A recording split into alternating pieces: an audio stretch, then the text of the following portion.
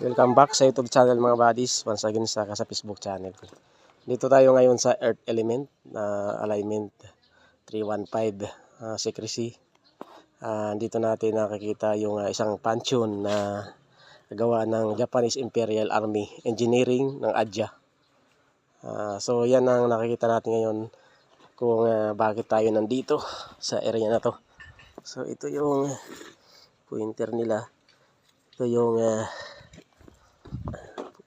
meron siyang kaputol at saka meron po siyang bomb na nakabaon dito sa area na to, dito mismo. So makikita natin yung kaano ka-legit yung pansyon niya. Ayan, during World War II. Ayan po, so ayan natin. Hindi pa natin ginamitan ng gamit natin, Japanese one. So remapping pa lang.